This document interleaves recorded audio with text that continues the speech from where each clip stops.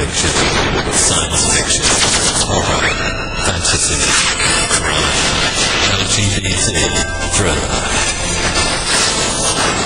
You have now entered the House of Mystery.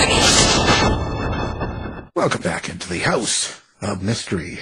I'm Al Warren, and of course it's another dangerous day because we've got the dangerous Michael Hawley co-host. That is correct. Scary. Especially I got another monster coming out in Halloween territory, so I'm stoked. Well, let's see. Now, who have we got today? Today we are talking kind of Western and history. So we're going to be talking about Billy the Kid and the war for Lincoln County. And that's Ryan C. Coleman, who's with us, the author. Thank you for being here. Thank you for having me. Well, Ryan, what's going on here? This is the first book you've written, I believe. What led you to writing about Billy the Kid? You know, it started with just a fascination with the movie Young Guns when I was a kid. And I just started reading everything I could about Billy the Kid from the time I was like 10 or 11 on. Probably read 15 biographies, watched countless documentaries, and just always had a fascination with him. And there was always a couple of parts of the story that it really interested me that I didn't feel like were told in the feature films. Well, what kind of things do you find that interest you that weren't told so much? Like what parts of Billy the Kid? I would say there was really two parts. One is how there was a pivotal moment in his life where he could have gone down one path or another path. You know, he went right when he probably should have gone left. He was arrested when he was 15. His mother had just passed away like the year before. His stepfather abandoned him, wanted nothing to do with him.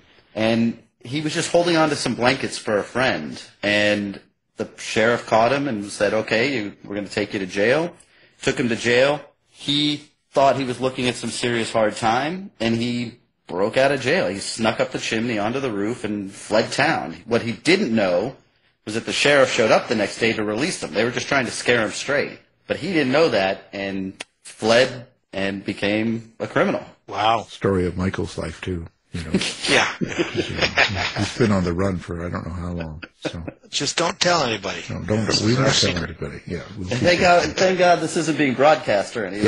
Yeah. I mean, that is correct. It's just us in the room there. So, well, you know, of all these shows and documentaries and things, and Billy the Kid's been done so many times. There's that series that's been out too. It's got 2 seasons, I think, Paramount and stuff. But of all these different types and different representations of who Billy the Kid was, do you have a particular favorite or a favorite person that played Billy the Kid in your time, or just they're all the same?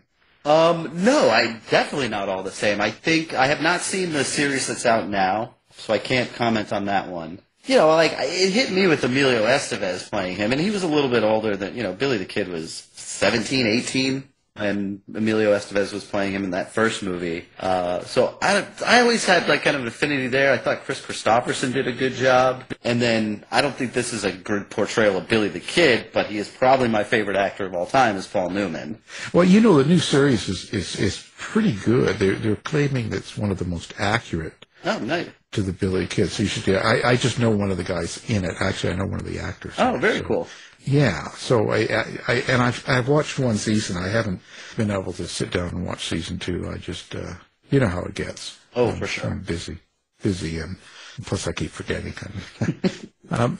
So now this is. I want to get this straight. Now this story, what's it based on? Because you've got it under historical fiction and Western, so there's going to be some fiction in it, probably some truth.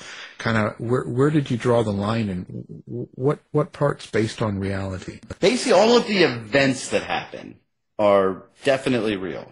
And I would say that if I had to like put a number on it, I would say the book is about 80% fact. Now, obviously, I didn't know what, you know, the conversations were between those people back then, but yeah, I used sort of, you know, I had all this research I've done, and I basically had this like giant binder.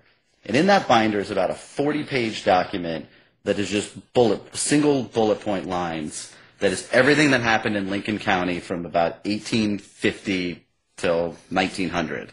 And I found the parts that, you know, I had the parts about Billy the Kid, and I used that as sort of the framework for the book. And so there were most of these events are real events. So how do you approach the dialogue in a situation like that with your characters? Like, because you weren't there, and you see, and you didn't call Michael because he's old enough, and he probably was around at the time, but you didn't talk to him. So how do you get a hold of how a character is going to speak, act, and talk? Do you know what I'm saying? Because I do. Luckily, there was enough fascination with Billy the Kid, even at the time of his life. This isn't like a posthumously famous person. He was pretty well known in the region at the time, and so people held on to letters he wrote. So there's this wonderful book, and I apologize, I cannot remember the author, but they basically put together like everything that Billy the Kid had ever written that we still had. So every letter he wrote to governors and to friends, and so through that I was really able to capture, what I hope is his voice. And so I studied that. I read that thing cover to cover multiple times, or I'd get stuck on something. I'm like, how would he phrase something like this? And I'd go refer to that book. Yeah, I think there was a case that he knew this guy was going to kill him, but he somehow asked for the guy's handgun or revolver, made sure that there were no bullets in the chamber that was going to be shot. So then the guy tried to shoot him. Nothing happened, so then he killed the guy. I mean, that's courage. Yes, he was a brash young man, but he was also still a young man. And that was one of the things about the movies that they're movies and they're highly entertaining and we all love them. They obviously started this fascination for me. But you see like Emilio Estevez like cackling and laughing as like bullets are whizzing by his head, and I was just thinking like that's not really how like a 17-year-old behaves. And so I tried to ground him a little bit more in reality and the reality of a kid that's essentially going through the trauma of his mother passing away and him being orphaned. No, and it's tough. And you're talking 1870, so you also have to get the framework. What's going on in the city, the state, the county, the country, all around the territory, in order to feed into it. Because a 17-year-old then is going to act different than a 17-year-old in 2024. For sure. I mean, if I was being honest, originally the idea was I wanted to write a story about Lincoln County. And I always loved Billy the Kid, and I thought Billy the Kid would be a nice way in. And my original concept was actually that Billy the Kid would be about a third of the story. But he ends up being such a fascinating character, he sort of ends up taking it over and you restructure your book. But I was really interested in like the socio-political climate of 1870s New Mexico, because to me, it was just an organized crime story, except with Irish and English instead of Italians. Well, I found that, in my books that I've written, my favorite books are the ones that I've written about the history, and I've kind of led it into characters that were killers. And it's something about the history, but it makes for a fuller story as well, if you get the history right. Yeah, I agree. It's just so much like texture and layer and it really informs the characters and the people at the time. Obviously, they're reacting to the situations around them, and it's important to have that situation and explain that situation in order to give people context. So, of all this research you've done, all the reading and writing and movie watching, documentaries and all that stuff, what do you think the general population, people, get wrong about Billy the Kid? What do you think? What's the biggest misconception? I would think that it's probably that he was just some cold-blooded outlaw killer. I think he was a lot more nuanced than that. He certainly killed people, but I think it was, like the very first person he killed was self-defense, and then there were some others that were less self-defense. but I don't. And everything I've read, I've never envisioned him as just somebody out there looking to kill because he's in a bad mood. And there certainly were those people in that time, and he ran around with some of those people, and he ran into some of those people. So let's talk about this book and the storyline and stuff. So what is the premise and the storyline of this book? It's basically the context is it's Billy the Kid from essentially the time that he gets orphaned and makes this fateful decision to break out of jail and start a life of crime. And he's essentially looking for, first he goes to, this part's true, he goes to Arizona to find his stepfather who had abandoned him, and his stepfather wants nothing to do with him. So now he's just out on his own, and at this point he's a 15-year-old kid, like out in the Old West, New Mexico by himself, falls in with like a gang of cattle rustlers and outlaws because he's just looking for a home. He's just looking for family or something to kind of like latch on to. And that turned out to be the wrong group of people to be with. One of the guys in that group thinks that his girlfriend has the hots for Billy. He's basically threatening, I'm going to kill Billy the Kid. And so Billy's like, I got to get out of here. So he bolts. And then he ends up meeting up with some other people. Because, again, he's just constantly in search of, like, family and a father figure and a home. And he ends up teaming up with this other group of people that are actually the sworn enemies of the first group he was with. And now he's just fully in the middle of the Lincoln County War. That's quite the story, too, in itself. You know, people have to realize how, I don't know, what do you say, how scattered things were, you know, the Civil War, and you're talking about the Lincoln County and stuff like that. Would you describe a little bit about the time, what was going on in New Mexico? Certainly. So at the time, New Mexico is still a territory. It's not even a full-fledged state yet. I think it wasn't a state till early 1900s. But you essentially had a group of people known as the Santa Fe Ring that were running everything. And they were getting certain people appointed governor of the territory. They controlled the banks of the territory. They controlled the main mercantile business of the territory, the ranching. They were supplying the goods to the Native American reservations, often, you know, pilfering off the top of that as well. And everybody's getting kickbacks. They were using a series of different gangs of outlaws. It wasn't just one group of outlaws. They had 3 or 4, and they called it like the New Mexico chain, which essentially John Kinney's group steals a bunch of cattle, then they pass it to the Seven Rivers Warriors, and they pass that same cattle to the boys, and then the boys sell it off. And so by the time it gets to that final destination, it's really hard to prove who stole the cattle. And so it was a pretty complex system of organized crime in a essentially lawless area. So that cattle, was that John Wayne's when he played Chisholm? John Wayne played Chisholm, right? He did, yes. And so originally John Chisholm was on the side of the new English mercantile people who were going to go up against the Irish who had been sort of running the territory. But John Chisholm didn't want his name associated. I think John Chisholm was a little bit of a cowardly figure at the time. Then now it's not John Wayne. John Wayne is not going to play a cowardly John Chisholm, no. But yes, same character. Yes, same man. A lot of times when people write a book, they always have some sort of a meaning or something they want people to get out of the book. Is there something you want the reader to take away from this book, or is this just fun and entertainment? Well, first and foremost, hopefully people are entertained. But the other thing that I was hoping that I would hope comes across is, again, it's about the climate that sort of created this legend that's lived for, I don't know, how many years has it been now? 150 years? And it's just because, again, think about a 17, 18, 19-year-old kid being like one of the most famous people in the country because they were a criminal. It's sort of mind-blowing. I kind of wanted to give context for how that happened, and I've always been really fascinated with organized crime stories, and so this was sort of my way to tell that in a new way. It's interesting how Billy the Kid is like known by everyone. It's kind of like Jack the Ripper. Yeah, he really has like 100% name recognition, you know.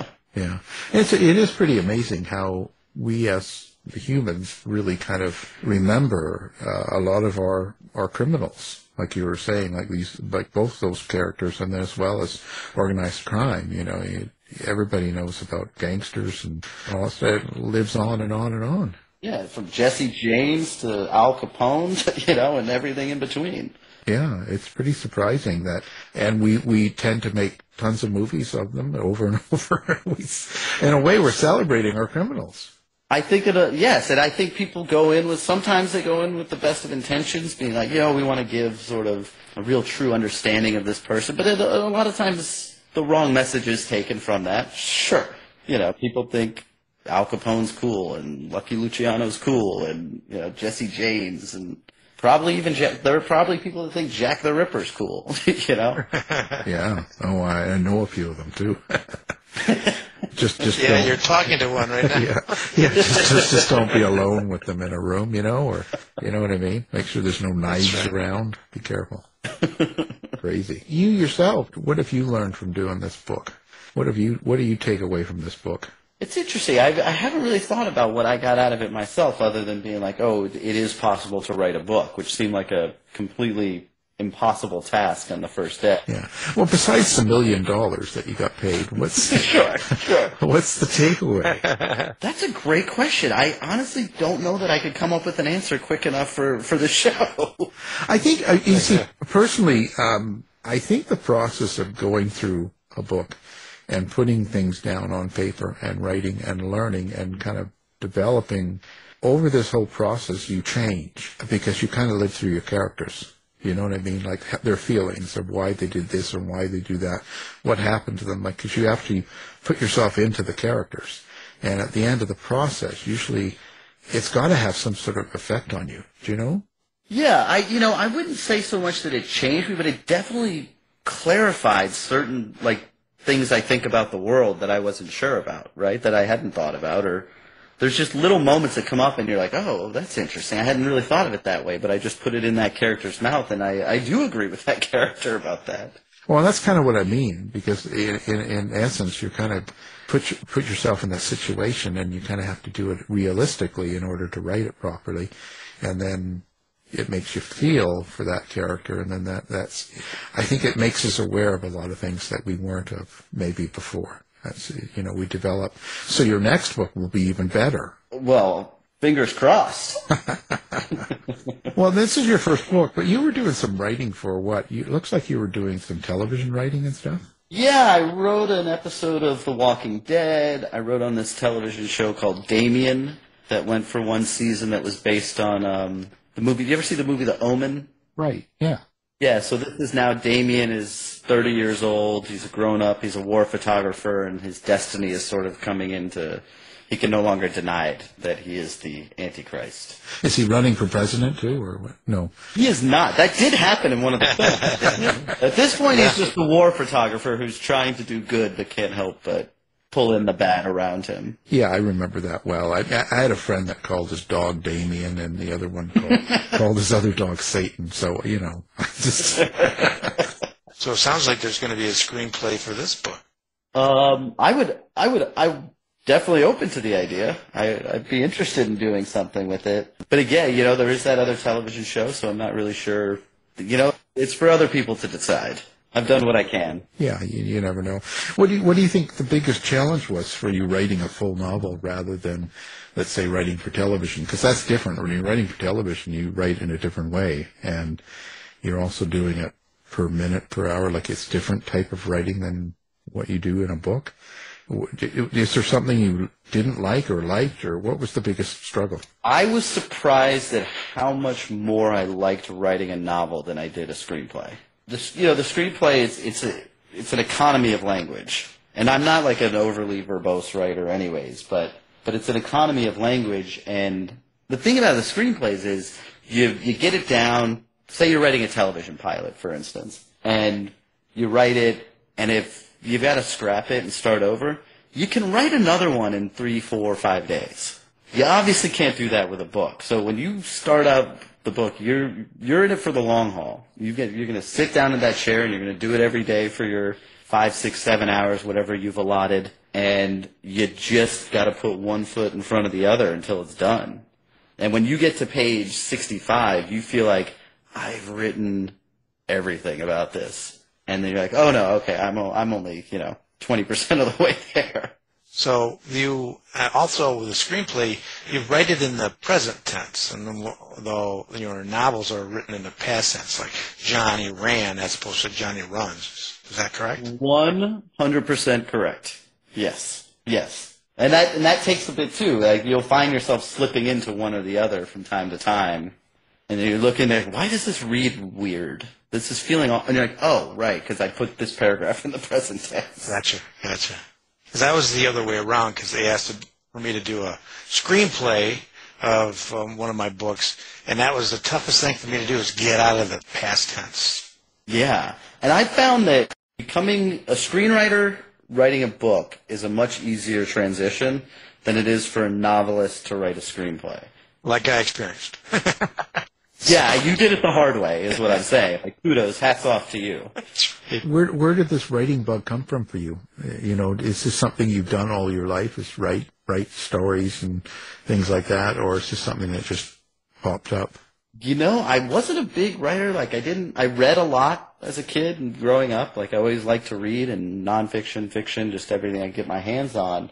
But as far as writing, I wasn't in AP English classes. I wasn't taking honors classes. I just, somewhere in high school, some friends of mine who were really, really funny guys, there were 4 of us got together and we wrote a play senior year of high school to be performed by some of the other high school kids. And I went to an all-boys Catholic school, so the sister school was involved with that as well. And, it wasn't very good. It was the first thing I've ever written, but parts of it were funny, mainly due to my funny friends. It was just enjoyable to, watch it performed. And so got time to go to college, and I was I am going to major in film and try to be a screenwriter. And so that's what I did. I went to the University of Texas and majored in film, and as soon as I graduated, came out to L.A. Wow, like Mary Tyler Moore. You're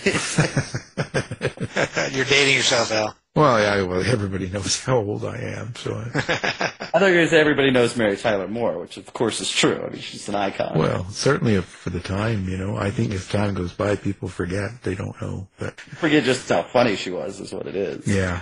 Oh, yeah. Well, I'm still watching the show, so it's a sad life, Well, so where do you see yourself going now? What's going to happen to Ryan? I think I've got to figure out what I'm going to write next. I'm not a Western writer. I didn't set out to be, I'm not looking to be the next McMurtry or Louis L'Amour. And, I obviously, I've written, when I was writing on television, I was writing horror. That's not really who I am either. I'm more a crime thriller person. And so I think I'd probably look for something more contemporary in the crime thriller, maybe high concept space. So that's as far as I've gotten so far. Oh, how do you find you can do you write your characters as in a personality that you feel? Do you hear them, see them, feel them, or is it like watching a movie, or is it something different for you? I think visually, and so because I was coming from television and film, and so it sort of starts with staging. I'm thinking all right, here's the character. I know what this character wants, and I know, okay, there's this obstacle in his way. And then I really bend over backwards trying to not make them sound the same. And we've all read those books where every character has the same voice and speaks in the same manner with the same cadence. And you're thinking, are these people, is this just a multiple personality thing, right? Because, the 3 of us, we speak very differently. And so I'm just doing my best to channel that. And however that is sort of, that then dictates sort of the personality of the character. And hopefully they're distinct and unique and feel like individuals. Yeah, yeah. That's all you can do, right? So now that it's all done, how do you feel? Do you feel pretty happy with everything and you happy with the whole writing process and everything like that? Or is there some things that you would do differently next time? I feel like I know how to write a book now. There was a little bit of a learning curve when I was starting out with this one, having never done it before. And so that kind of gives me a little bit of confidence moving into whatever I write next. But mostly just sort of relieved and glad that it's over and coming out and, and I can sort of move on to the next thing. So you're not thinking about another historical fiction then? Probably not, would be my gut. It's a hard marketplace, the historical fiction marketplace. Yeah. And I work at this company called The Story Factory. We work with a lot of crime thriller writers like Don Winslow and Meg Gardner and Adrian McKinty and T.J. Newman and the filmmaker Michael Mann. We worked on his book Heat 2, the sequel to his film Heat. And so, I'm my head is just sort of in that space almost all the time now. So it kind of fits. Well, it's interesting. The whole process is, and it's all work. Did you when you write a book, when you're writing this stuff, were you thinking about what your reader's gonna think? Were they over your shoulder as you put together the story? It's not so much readers as it is my family. You're thinking oh, my sister's gonna laugh at this line, or my dad's gonna find that amusing, or my wife's gonna look at that and be like, you're an idiot, that sort of stuff. But I don't think about the nameless, faceless reader, but more so people I know. Yeah, you should have wrote a version for the family and then one for the public. Things they don't need to know. You know. You know what? That's a great idea. Yeah, take out all the bad stuff, the dirty stuff, the swear words or certain like that. You just kind of. I didn't know your son had such a potty mouth. Yeah. I don't know what you're talking about. This seems like G-rated. Yeah, like, oh my God, what a harsh boy. So did you use your family members as like beta readers to see how they liked the chapters? You know what? I didn't. The novelist Don Winslow did me a favor and read the first 100 pages when I was just starting out. Nice. He gave me some good advice where he was like, okay, I see what you're going for here, but here's a mistake you're making, here's a mistake you're making, and here's a mistake you're making, and I know them because I made all the same mistakes. So I got a little bit of like a shortcut. I didn't have to go through the same pain that he went through in his first couple novels. And then my father-in-law just is a voracious reader. Reads 4 or 5 books a week. And he just asked, he's like, I want to read it. And I was like, well, nobody's read the finished thing yet, so okay. And he was, I think he was the only one who read a finished, and another friend of mine who's a really talented nonfiction writer named Staten Bonner read a draft. But yeah, it was really, they were the only two that read full drafts before I turned it into the publisher. Well, that's great. And Don Winslow, Don's a nice guy. Oh, he's wonderful. He's just the best. Like, it's interesting. He's also an enormous Billy the Kid fan. So he's got a place in Southern California, and he's got a place in Rhode Island where he grew up, and he kind of travels back and forth a couple times a year. But he oftentimes stops at the Billy the Kid Museum. Like, he stopped there like 5, 6, 7 times in his life, but not just once. And so he was really nice. He texted me the other day, and he's like, when are we going? So I think Don and I are going to make a trip to the Billy the Kid Museum. Well, that's great. Yeah, that's great. No, he's a nice guy. I like him a lot. He's a nice guy. And well, anyway, let's get on with where do you want people and readers and fans and people like that to find you? You set up on social media, website, lemonade stand. Like, where do people find you? Yeah, I'm on social media a little bit. I'm not under the assumption that anybody cares about my opinion on things that are happening, that most people are talking about on social media. So I mainly try to keep it positive on there and just post about books and movies and stuff that I like. And mainly on Twitter. Okay. And that's really about it. Okay. Well, there you go. That's all you need, really. Yeah. Well, there you go. We'll have the book up, and we'll have your Twitter up so people can find you. And what can I say? The book, get it now. Billy the Kid, The War for Lincoln County. And that's Ryan C. Coleman. So get out there and buy it. He needs some money. He wants to retire. I got to self-fund a movie. That's right. Thank you guys so much. I really appreciate it. Nice speaking with you. It was wonderful to meet you guys. This has been a production of the House of Mystery Radio Show. To find out more about our show, guests, or hosts, go to our website at houseofmysteryradio.com.